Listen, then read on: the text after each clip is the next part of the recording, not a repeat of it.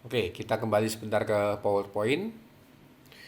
Nah, gambar ini Anda sudah pernah lihat sebelumnya ketika kita membahas statement combine untuk menggabungkan beberapa entity yang jenisnya sama. Di bab ini yang akan kita pelajari adalah statement join dan load unload. Keduanya digunakan untuk menggabungkan dua entity yang jenisnya berbeda. Nah, bedanya antara statement join dan load unload adalah untuk perintah join kita gunakan untuk penggabungan yang sifatnya permanen. Permanen di sini artinya setelah dua entity digabung menggunakan perintah join, kita tidak akan memisahkan kedua entity tersebut yang sudah menjadi satu hingga akhir dari proses entity tersebut. Sedangkan untuk perintah load dan unload, jadi ini ada pasangan perintahnya. Ketika digabungkan menggunakan perintah load, tapi nanti di belakang, di salah satu proses di belakang, entity yang sudah digabungkan menggunakan perintah load tersebut akan dipisah menggunakan perintah unload. Sehingga artinya penggabungan menggunakan load itu sifatnya temporer karena nanti akan dilakukan pemisahan menggunakan perintah unload di beberapa proses setelah penggabungan tersebut. Nah, model yang akan kita buat adalah seperti ini. Jadi ada beberapa lokasi queue dan conveyor. Jadi di sini nanti ada engine queue, box queue, dan shipping queue. Ada 3 queue. Dan ada 2 conveyor, yaitu pallet conveyor dan shipping conveyor. Di samping itu ada juga beberapa single capacity location seperti table, loading zone, dan truck.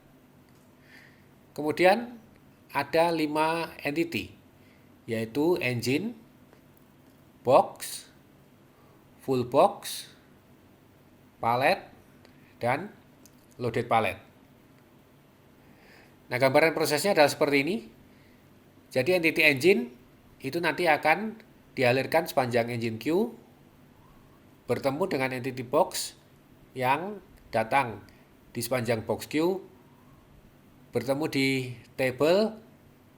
table entity engine dan box nanti akan digabung secara permanen menggunakan perintah join.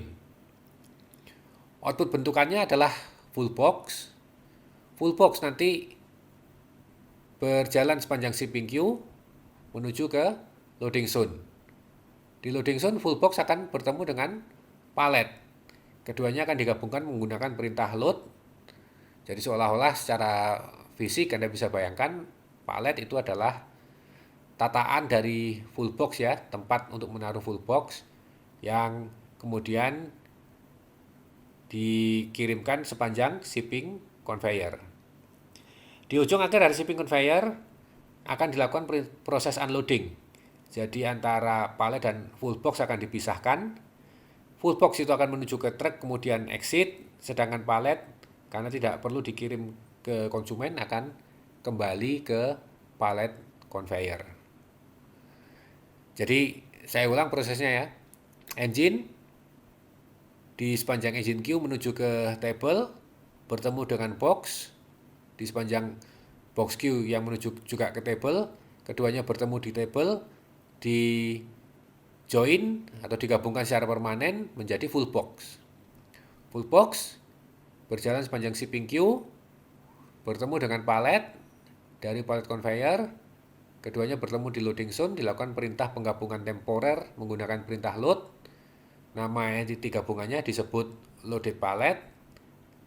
Kemudian loaded pallet berjalan di sepanjang shipping conveyor. Di ujung shipping conveyor akan dikenakan proses unloading sehingga dua entity yang tadinya digabungkan terpisah kembali. Full box menuju ke track kemudian exit, sedangkan palletnya kembali ke pallet conveyor. Itu nanti akan kita modelkan di dalam processing. Bagaimana dengan arrival-nya? Jadi kalau kita lihat bagan ini, yang betul-betul datang dari luar sistem itu adalah engine, box, dan pallet. Pallet nanti kita datangkan dalam jumlah terbatas karena pallet ini nanti akan berputar terus di dalam sistem, jadi kita tidak butuh pallet terlalu banyak. Sedangkan engine dan box akan kita datangkan secara infinite.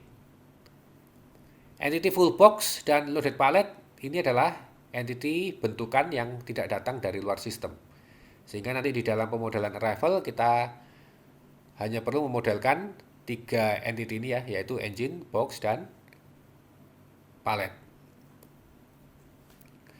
Oke, jadi untuk merangkum ya, pemodelan location ada beberapa queue, yaitu engine queue, box queue, dan shipping queue.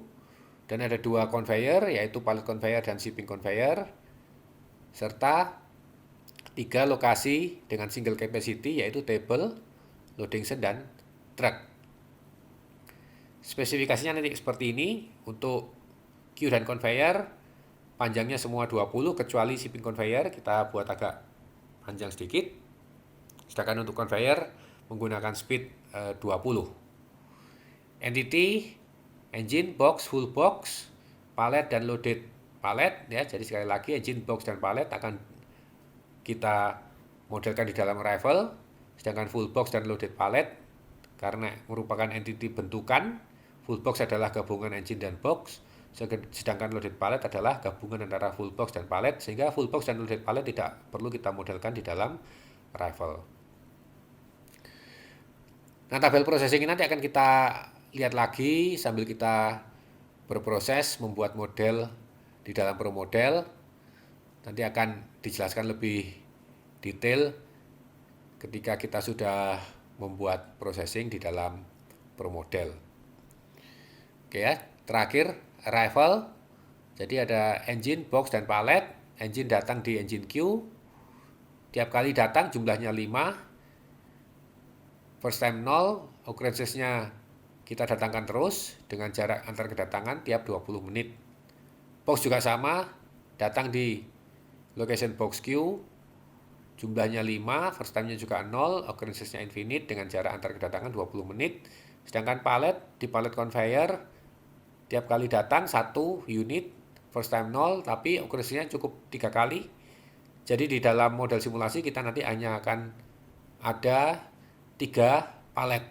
Ya, setelah didatangkan ketiga-tiganya, maka pallet tidak akan ditambah cukup dengan 3 pallet itu, karena jika kita lihat prosesnya tadi, pallet akan berputar di dalam sistem. Oke, kita akan masuk ke ProModel.